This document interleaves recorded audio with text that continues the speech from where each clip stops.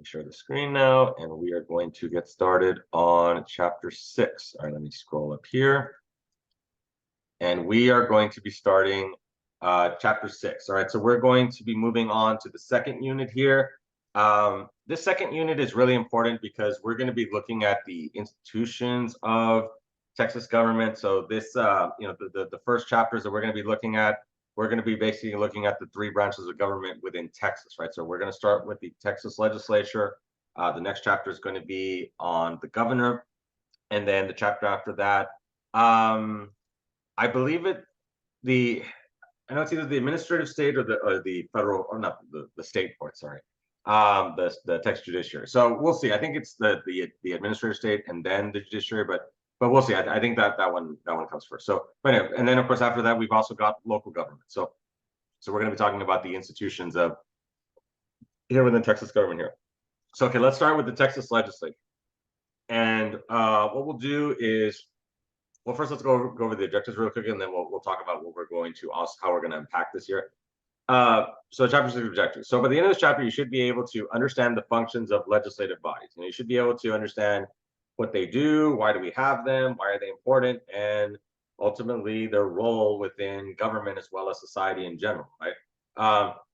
Know the general and personal characteristics of legislators. So we're going to take a look at who tends to serve in the legislature, because there does tend to be, not all the time, right, but there does tend to be a somewhat consistent profile of who is more likely to serve in the legislature. So we're going to take a look at demographics as well as and within demographics, of course, we're going to look at age, gender, socioeconomic level that refers to like money and occupation. We're going to look at religion and civic involvement and things like that. So we're gonna take a look at all that in terms of constructing the typical profile of who tends to serve in legislators, not just in Texas, but even in like at the federal level in Congress as well. Discuss the structure of the Texas legislature, including size, terms, sessions, legislative districts, and compensation. We will take a look at the length of terms, where these the members of the state legislature come from. I'll show you all the legislative maps. We'll probably do that next time. I'll show you all where those maps are, and how they look in terms of how the districts are drawn up, as well as how much they get paid. Understand the nature of power and influence in the legislature, including the roles of the presiding officers, the committee system, and staff agencies.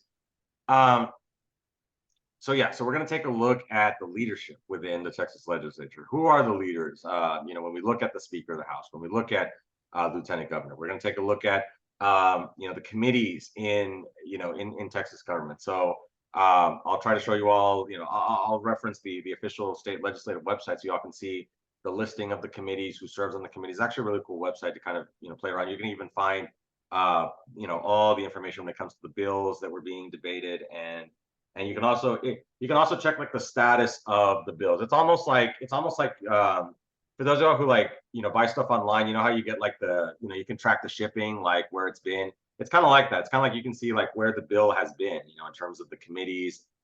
Did it get voted out of committee? Did it go to the floor to get voted upon? Did it ultimately make it to the governor's desk? Did the governor veto it, or did he sign it into law? So you can see how it operates. Be able to evaluate both the strengths and weaknesses of the Texas legislature, as well as some of the reforms that have been proposed to improve it. So we'll take a look at similar to what we saw in chapter 2, right? When we looked at the Texas Constitution today, how there's been a lot of positives, a lot of negatives to it, right? Strengths and weaknesses, depending on the type of government that you want to, you want to support. And so we'll take a look at that in the legislature as well, in terms of what are some of the pros and cons, strengths and weaknesses, and what are some of the ideas that have been put forth to maybe try to reform the legislature and try to maybe, do things, maybe a little bit differently. Maybe try to, not necessarily replicate what's going on in Congress, but maybe try to come up with a compromise. But we'll talk about some of those examples here, and then apply some of the principles explained in the chapter to the 2021 session of the state legislature. So we'll talk a little bit about the 2021 legislature, as well as the 2023 one that just wrapped up. So it is a little bit outdated, but that's okay. We'll definitely fill in the gaps here. So we'll talk about both the 2021 and the 2023 one. I'll show you all some Texas Tribune articles for you all to look at and kind of reference as well, in terms of some of the major pieces of legislation that was passed by by the legislature. And of course, we'll also talk a little bit about the constitutional amendments. I do also want to take some time to go over those with you all. So we'll try to do that as well. I know that's more so for like chapter 2, but we'll talk about it here as well, since it does have to do with the legislature. Now, before we begin, before we dive into our discussion on the Texas legislature, I do want to also mention to you all that, and I've mentioned this before, I think in our chapter 2 discussion when we were talking about the Texas branches of government, that of the 3 branches of government in Texas, when you compare to the national government, the Texas legislature tends to be the branch that mirrors their federal counterpart the closest. What I mean by this is that if you look at the way the Texas legislature operates, where in terms of the way it's made up with, single member districts, coming from all over Texas. You've also got, the bicameral legislature with the House and the Senate. The House basically operates the same way as, the House Representatives in Washington. Same thing with the Senate. They also have their same responsibilities, like the impeachment process is pretty much the same, like we see at the national level. The way that bills are worked on through the committee system is also just like we see in Washington and Congress.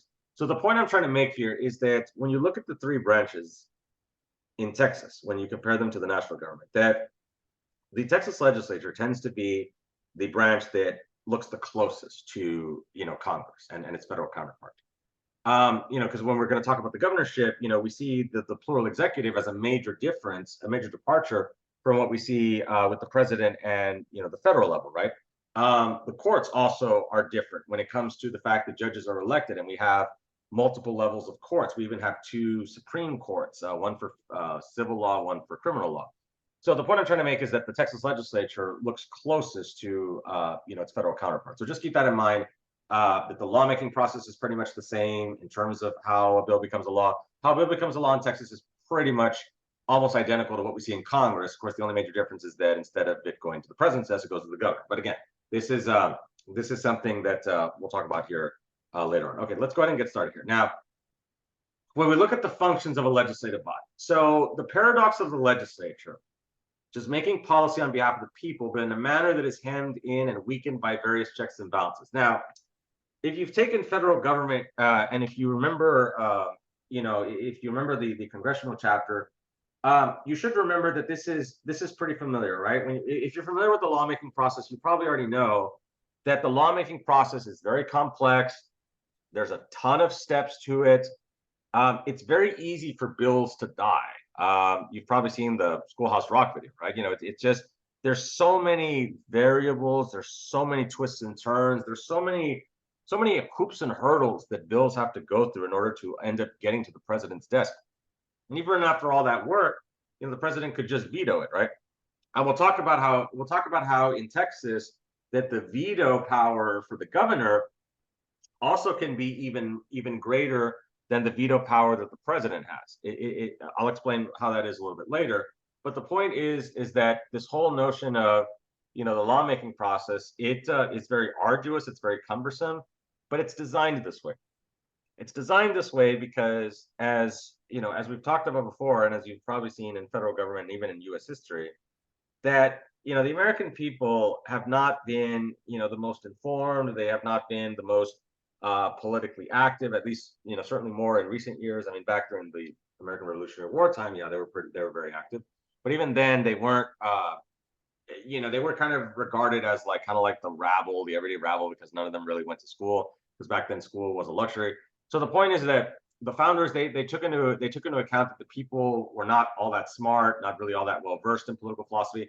So they put a lot of these checks and balances in place to ensure that government would be able to still operate, but not with too much direct democracy to where the people might not know how to handle that in an intelligent manner. You also got to understand that because the United States was in its infancy, kind of think of it as like training wheels, where there was so many things that could have gone wrong. So they had to establish a stronger rule of law first before they allowed for the people to have a little bit more power, such as what we saw with the 17th Amendment, that allowed for citizens to be able to directly vote for their senators, as opposed to having the state legislature selected.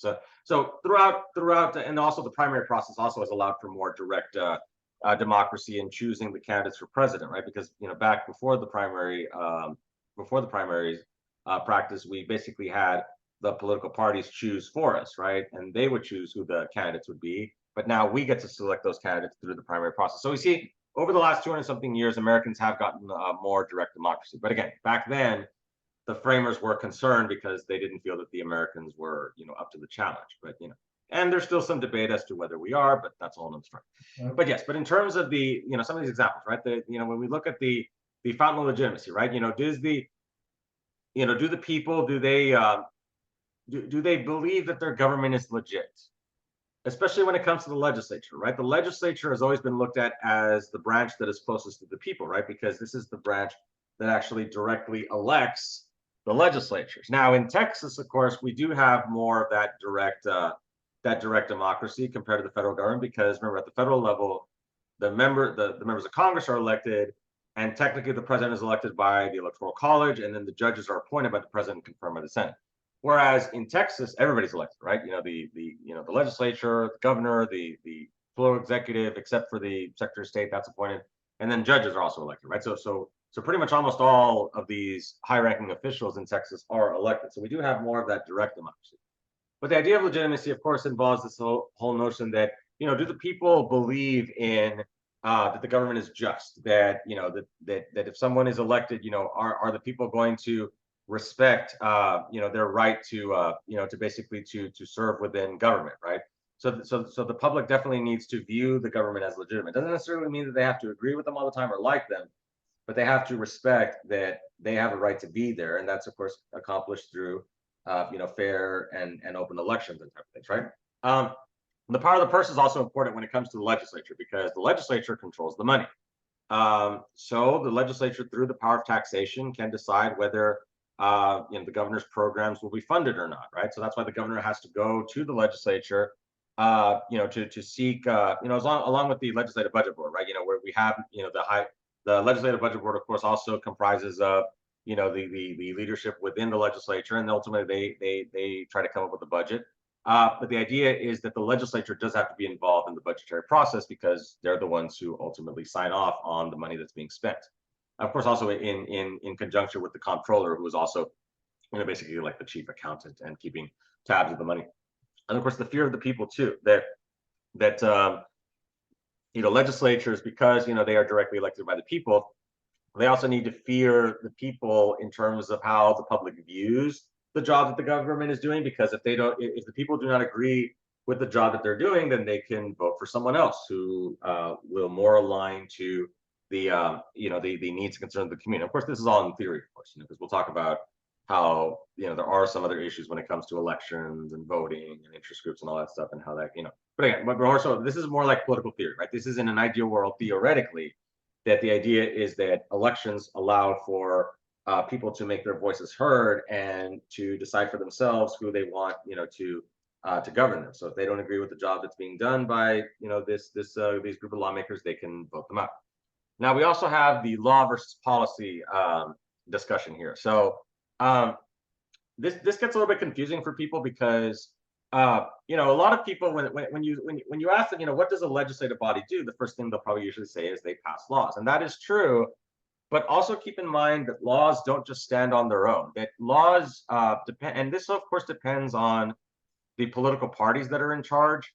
The political parties, through their influence in terms of their members, and these members getting elected to these these positions, they're in specific political parties for a reason, because they have a certain political philosophy about how they view government, what they view government as being responsible for, what they shouldn't do, and how they go about doing that, right?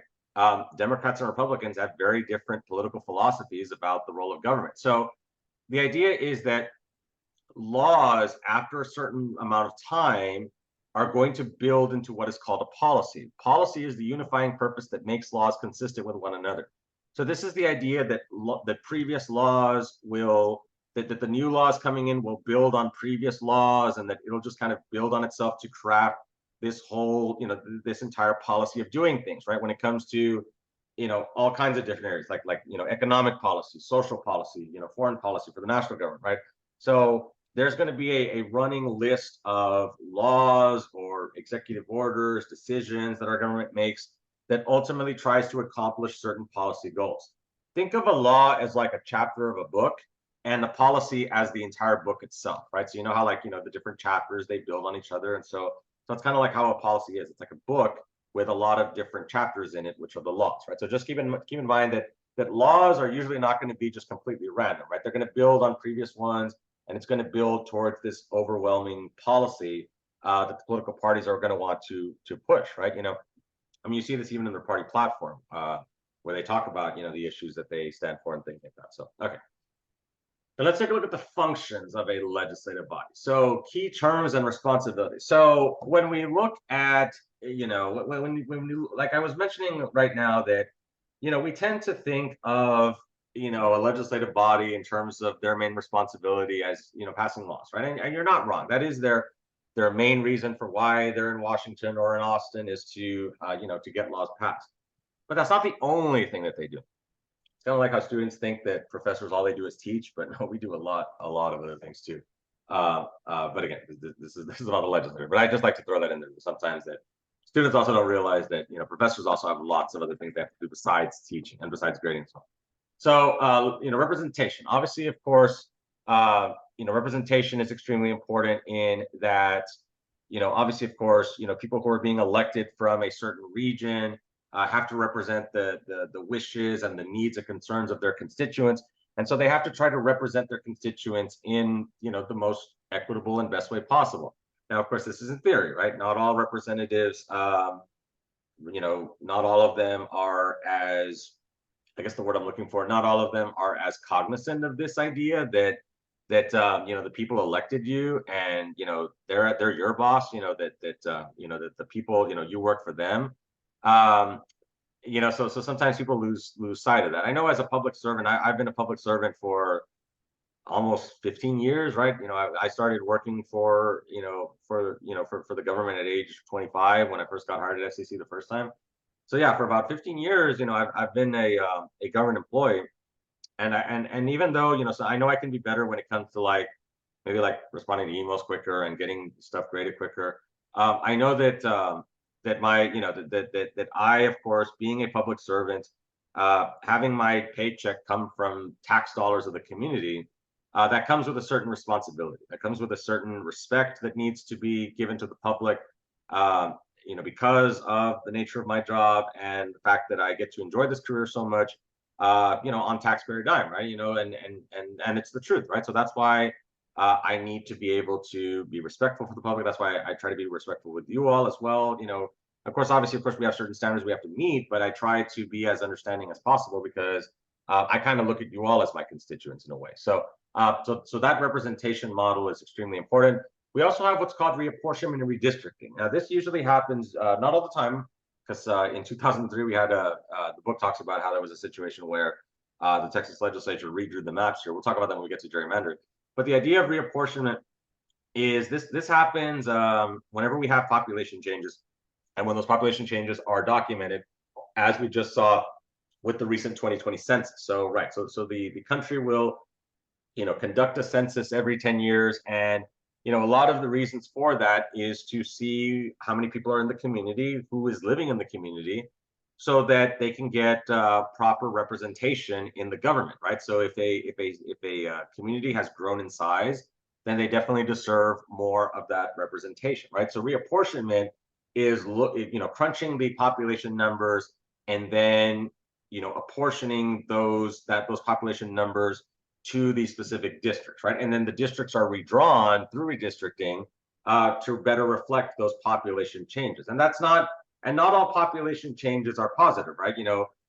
Some places lose population, so then they're not going to need as much representation because there's not as many people living there. Down here in the valley, of course, we're definitely living with a big population boom here in Texas, as well as other parts of the state. But in other parts of the country, they're losing population. So that's what reapportionment is redistricting. It's where you look at the numbers and then you actually draw the lines based on those numbers. So reapportionment is looking at the numbers, redistricting is drawing the lines based on those numbers.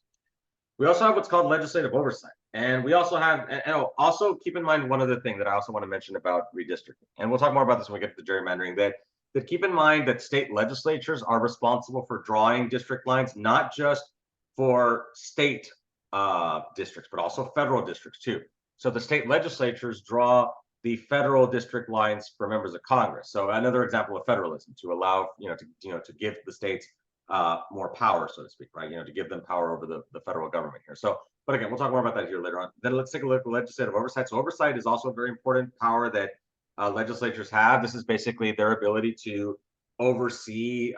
So like in Texas, the legislature can oversee state agencies and ensure that the state agencies are adhering to certain standards, certain professional standards, where they can also go and investigate misconduct that's going on. Like I know, some of these state agencies, like I know, like the Texas Youth Commission, the former agency I used to work for, they of course had a lot of scandals. I know when I first got hired there, they had just had a scandal at one of the schools out in West Texas, where the superintendent there was inappropriate, stuff with a student. It was really, really bad. Like that's how bad. And you can look this up on the news. It's all out there. Just really, really, really, horrific stuff. So obviously, of course, the state legislature has that oversight to investigate these, agencies. If they're, it's kind of the worst thing that you could do, right? Is engage in criminal activity. But even not criminal activity, right? Just ensuring that the money's being spent the way it's supposed to be. The legislature does have the right to do this. The legislature also has the right to investigate judicial misconduct. So when we get to the judicial chapter, we'll talk about how there is a legislative committee that oversees if people want to make complaints about unethical behavior by judges, they can go ahead and submit that to the Commission on Judicial Conduct. So there's all, that's what oversight is, basically overseeing the state agencies. And then of course also the ability to assist constituents directly. This is called casework. This is like when you all email me or ask me questions about assignments. That's considered casework, because you're asking me to assist you all with the work that you all have. So it's a similar concept, right? Where let's say you have a state issue that you want to bring up to your state rep, you can contact them and let them know your issue. And because you're a constituent, that it would be wise for them to listen to what you have to say, because you're a voting member. That's why you could also kind of put that in your signature assignment, where it does ask you to explain why do you feel like you have the right to contact this elected official, because you could talk about how, well, I'm a voting I'm a voting constituent member, and and so basically you can kind of you can basically kind of make them sweat a little bit, in terms of if you don't do this, maybe I won't vote for you in the next election, so sometimes, and sometimes that works. I know I can give an example that in the lead up to the mayoral race a couple of years ago in Edinburgh, my mother actually was talking to the former mayor, and she was basically saying that, I've got this issue with this light post, or the lack of a light post in my street.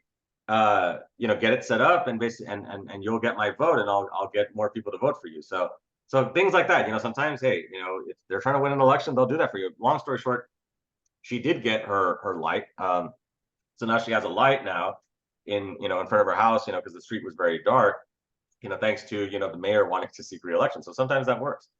And she's also been very active, contacting her state reps. Like I know a couple of years ago, she contacted Terry Canales' office, talking about, an issue with her state retirement, because she's a former retired teacher, former educator, because she was also a principal too for many years.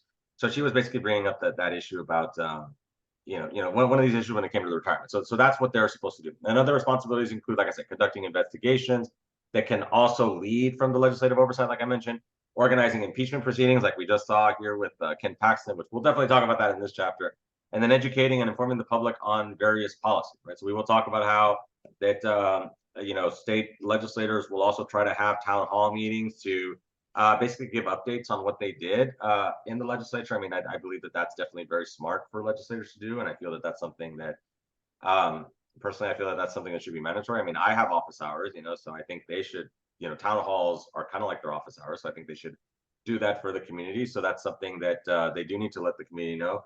And maybe they can also, I've also gotten some, some mailers in the mail, where they, like I know Bobby Guetta's office, he's my state rep. He has sent me flyers in the mail about things that he worked on, things that he accomplished in the legislature. And I think that's important. I need to know what my state reps accomplished, so that way I can if I want to keep supporting them or not, I want to know like what it is that they're doing. So, are they doing the job that they're supposed to be doing? Kind of like when you all submit your evaluations. So again, as public employees, we need to realize that we work for the public, and the public definitely has a right to voice their concerns about the jobs that we're doing. Okay. Let's continue with basic facts about the legislature. Okay, so let's kind of run through the facts here. Let's see, we have more than 10 minutes left, so let's kind of go. Let's see. I want to see how much more we have. Because I want to see if we can get to a stopping point here. Maybe we'll stop here at the legislative districts. Okay, let's see if we can kind of go through this here. Let me just take another sip of water here.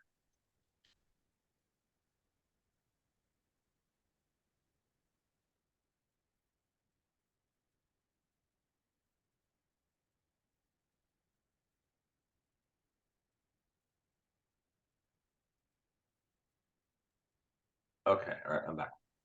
So let's talk about some basic facts about the legislature. Now, here we're going to see a little bit of differences when you compare it to Congress, especially when it comes to like the term lengths and all that stuff. So, but some similarities here again. It's the bicameral model of the U.S. Congress, where you do have the two chambers. The Senate is still looked at as the upper chamber in that the requirements are a little more stringent, like when it comes to like age requirements. Also, of course, when it comes to the responsibilities, like just like in the U.S. Congress, the Senate tends to have the more prestigious responsibilities when it comes to like we saw with the impeachment process, right? The Senate is the one that ultimately decided whether to acquit Paxton. The House, they just sent over the articles, and the Senate is actually the ones who decide what to do with them, right? Whether to remove him or to acquit him, right? And so the Senate, of course, also same type of responsibilities when it comes to like the appointments. The governor does have appointments, but these are more so like for, I don't want to necessarily say that they're less important than like the elected positions like the lieutenant governor or the comptroller. The Texas Higher Education Coordinating Board is definitely a very important position to have. Basically being in charge of all colleges, universities, the state colleges, universities in the state of Texas.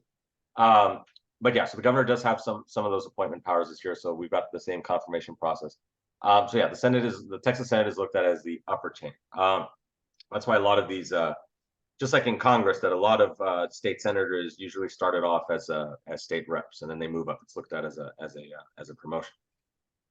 In the Texas legislature, we have 31 senators and 150 representatives. So what I'll do next time is I'll show you all the maps to show you all the districts here in terms of where they're located and what they look like. So electing legislators. So the selection happens in the November general election in even numbered years. Okay, so keep in mind that just like with Congress, like the House of Representatives, that the Texas House, they serve 2-year terms, right?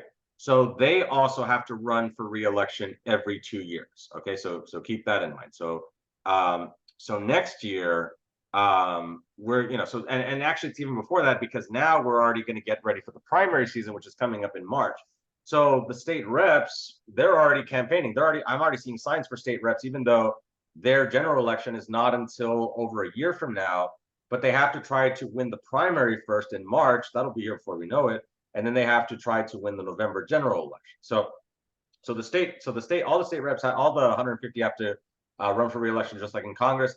And the election is done from single member districts, right? Where you have only, each district is only going to have one representative, right? You're not going to have multiple representatives from one district. This is why I got removed I lost my precinct chair position.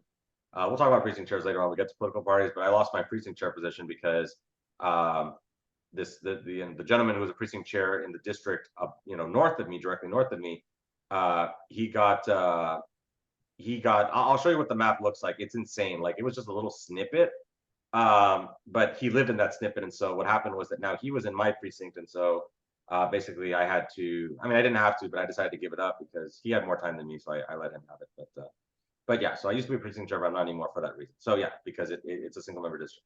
2-year terms for House members and 4-year staggered terms for senators, without limit on the number of terms that can be served, right? So the staggered aspect means that they draw lots to decide which senators are going to have to serve 2-year terms, and then a couple of senators have to run for re-election in 2 years. I mean, but for the most part, most of the and what I mean by that also is that the 4-year staggered terms mean that every 2 years, not all the senators are going to run for re-election, right? Because it's 4-year terms, right? So there are some senators that just got elected in 2022. They're not going to have to run for re-election until 2026, right? So that's also what we're talking about with staggered. And then, like I said, there's a couple of them where they kind of drew the short straw here, but don't really worry too much about that. That's kind of like a quirk with the Texas legislature. And the special election, of course, is called by the governor to fill a vacancy caused by death, resignation, or expulsion from office, right? So if any state reps or state senators, either they pass away, which does happen every now and then, because as we're going to see later on, that the type of people who tend to serve in the legislature tend to be older. I mean, you obviously saw that what was on Friday, that longtime California Senator Dianne Feinstein passed away, right? So at age 90, she so she passed away. That does happen every so often.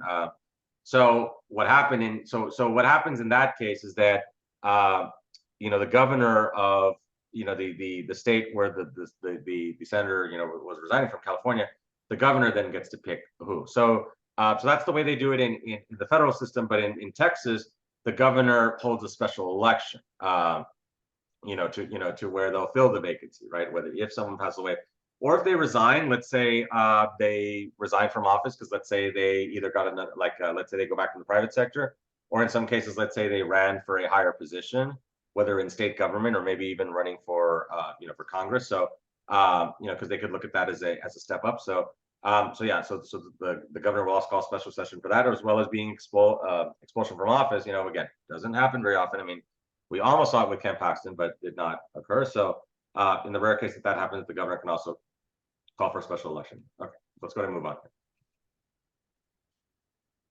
Let's see, is it letting me? Let's see, because I know okay, there we go. Okay. So let's talk about the regular sessions really quick. Okay, so constitutional requirements. Remember that in chapter 2 we talked about how that this is a difference that we see from from Congress, right? That as opposed to Congress that is constantly meeting, right? Congress is constantly in session. They'll take breaks every once in a while, especially for holidays and vacations and all that. But that doesn't mean that it's not a brand new Congress, right? They get a brand new Congress every 2 years, with the House elections, as well as a third of the senators. In Texas, though, the legislature does not meet continuously. They have what are called biennial sessions. What this means is that they meet once every 2 years. So it begins on the second Tuesday in January of odd number years. So we're an odd number year right now, 2023. So this past January that happened, at the beginning of the year, that's when the new legislative session, they were just sworn in and they started their work. It's supposed to be no longer than 140 calendar days. So kind of think of it as like a spring semester. So they start in early January and they usually end in mid to late May. So so think of it as kind of like a spring semester, right? Where they're in session. So they're not going to meet again until January of 2025. Think about that the Texas legislature is not going to meet in session as a session until January of 2025. So this is something, of course, we'll talk about here later on towards the end of the chapter, because some people feel that they might want to reform this a bit. But just think about that, right? Think about that the state of Texas has to get all this business done in 140 days to fund the government, for the next, 2 years, right? As well as pass legislation, that affects Texas, right? So there's a lot of work that needs to be done in just 140 days. That's why you can imagine just how difficult it is here, right? So here are some of the consequences, right? So insufficient time increases power of the presiding officers, the lobbyists, and the governor. So the presiding officers have a lot of power because they got to go, right? They got to hurry up, right? Hey, we got to do this, we got to do that. And the first thing they got to do is they got to get the budget ready, right? Because you can't do anything else unless you have funding for all of the other things that you want to do in government, right? So usually the first course of action is to try to get the budget in order, right? But that also is one of the hardest things to do, right? Because there's a lot of disagreement on how much to fund the government, right? Especially in a state like Texas that tends to only spend what they absolutely need to, right? They tend to be very frugal, very fiscally conservative. So, they can't just spend money on everything, right? So they have to make some tough choices when it comes to what they spend and what they don't spend. And even then, there are some disagreements on, how much, spending certain departments will get, right? Certain agencies will get more funding than others. And the lobbyists, of course, also have a lot of power because um, the legislators don't have time to come up with, a lot of these adequate bills. In fact, with some of I know, some of my friends who are state legislators, they've told me that, like during Christmas time, before the legislature is about to start, they're busy like getting all their, trying to get their bills, kind of set up here so they can introduce them on day one, and it's ready and it's go time. You can't, you have to already have that stuff. It's kind of like with like me, like and I'm sorry that I keep comparing myself. It's just that I see a lot of similarities in terms of the work I do. Like that's like if like I got to get my classes set up before the semester starts, right? I can't be setting it up the day that the semester starts. You know what I mean? So we have those faculty preparation days where we get set up and ready to go. That's why we meet a week before the semester starts, so we can have the semester ready to go for the most part. Which and sometimes there's like a few errors, like like the due dates and all. So I understand sometimes it's because Blackboard is not very it's not very user friendly, and I've used some other ones that are a lot better user friendly, but it is what it is. But anyway, so the lobbyists, of course, they have a lot more power here because they have more time and more money and resources to basically provide members of the legislature with bills that they've kind of written for them. That actually does happen where the lobbyists actually kind of write the bills for the legislators because they've got more money, they've got more researching capabilities, and so that's why the lobbyists have a lot of power. And the governor, of course, also has a lot of power because the governor can basically, veto stuff after the legislative session is ended. Remember I said a little while ago how, that the governor's veto power can be even more powerful than the president's? Well, the reason for this is because if the legislator has already adjourned, then there's nothing they can do to override the governor's veto because they already went home. So if the governor vetoes something and the legislator's already out of session, then that's it. It's done. It's dead. There's no reviving it because there's no way to revive it. They can't try to get in the next session. They have to start all over again.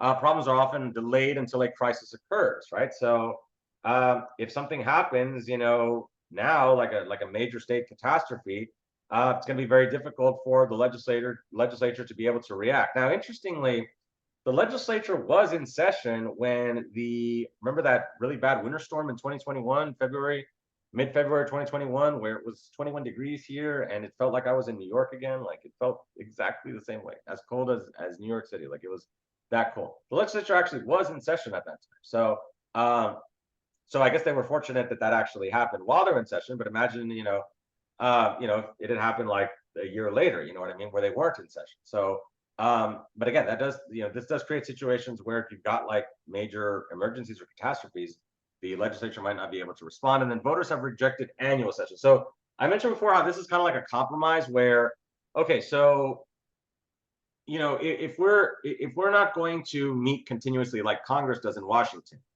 can we at least come up with a compromise where we at least meet for that 140 days every year? And a lot of people have felt that would be a pretty reasonable compromise where it's the same type of setup where the 140 days, meeting second Tuesday in January, ending in May, but at least you would do it every year. But the voters have rejected this because, again, the voters do not want to increase they don't want to increase funding because that's going to cost money, right? You got to pay the legislators their per diem. It's also, it's just going to cost the state. The governor can also call special sessions, but those also get pretty expensive. Those can run into like the millions of dollars. So these are expenses that the Texas community is not in favor of. Okay, so let's see. Okay, let's just finish this one. Let's go over just a little bit of time. I do want to talk about special sessions really quickly, and then we'll end for today. Let's go over a couple of minutes here. So, okay, so special session. So the governor can call for a special session for a maximum of 30 days, although there are no limits to numbers, right? Because there are no formal limits on the number of special sessions being called. So in theory, the governor can call multiple special sessions, one after another after another. The key, though, is that it only lasts 30 days. And if the governor wants to call another one, the governor has to officially do that, right? They can't just keep meeting if the governor hasn't called for a special session. Now, in the summer of 2021, Governor Abbott called 3 consecutive special sessions because they had to deal with the redistricting, right? The reapportionment, the redistricting that I was talking about. Because remember, 2021 is the year after the census, right? So after the census ends at the end of 2020, then the president is given the census information, and then that information is disseminated to the states, and then the states use that information to redraw the district lines. So in the legislative session that was coming up, January of 2021, that was the time to work on redistricting because we just had the new census data. The problem, though, is that they ran out of time. They didn't have enough time to get to that, and that usually does happen where because the state only has 140 days to get a budget done and take care of other legislative responsibilities like passing state laws and also proposing constitutional amendments to the state constitution. There's usually a good chance that the first legislative session after the census ends, there's usually a good chance that the governor is going to call a special session to deal with the redistricting or other things they didn't get to. Let's say they got to the redistricting, but that took too much time and they didn't get to other things. Then the governor is going to call special sessions. It's not going to be like, well, it's already 140 days. We didn't get the budget done, so we don't have a budget for the next 2 years. No, obviously, of course, they're going to be like, well, we gotta stay more. We gotta stay longer to get the budget done, and we can't leave until we do. Again, another example. It's kind of like when I used to work. I used to be a former first responder, and there were several times where, my shift was almost over. I had 5 minutes left, and then someone called with an emergency.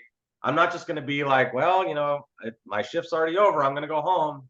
No, right? I got to do the report, right? I got to document all that stuff. I got to, it didn't happen all that often, but there were times where I was, and that's when every night I would be like, please don't let anything happen. Please don't let anything happen. It's already almost time to go. Please don't let anything happen. So, that's kind of the similar situation, right? If they haven't finished the budget or they haven't finished redistricting, then they're not going to be able to go home until they get that done.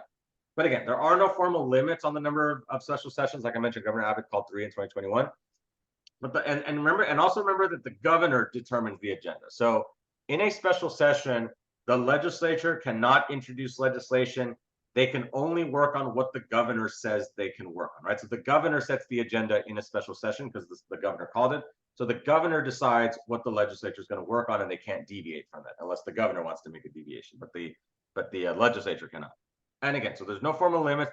In theory, the governor could call special sessions every 30 days if he wanted to and keep the legislature in session. But public opinion is against excessive special sessions because, again, for money reasons, right? This is gonna add, into the millions of dollars. And sometimes governors have to call special sessions to finish legislative business, like I was talking about here, right? Especially when it comes to if the budget hasn't been finished in the 140 days, they gotta keep going till it's done. If the redistricting hasn't been done, then they got to do that, right? And and in 2021, also what was interesting was that a lot of the Democrats left to Washington so that they wouldn't meet quorum for the special session. We'll also talk a little bit about that later on in this chapter. It's also really interesting. Not the first time that the Democrats did that. They also did that in 2003 when they went to New Mexico because of the redistricting that was happening outside of normal, because I mentioned how that the redistricting is supposed to happen after the census, but that's not a how do I say it? It's mandatory that it has to be done after a census, but that doesn't have to be the only time it can be done. So the Republicans, they called for redistricting in 2003, and the Democrats are making the argument, well, it's because you just caught a majority, so that's why you're wanting to redraw the line, so you can keep that majority. So that's why the Democrats, left to New Mexico. But again, we'll talk about that a little bit later. So okay, let's go ahead and end here for today. We'll pick up on legislative districts next time here. So okay, so sounds good. Okay, so let me go ahead and stop the recording here.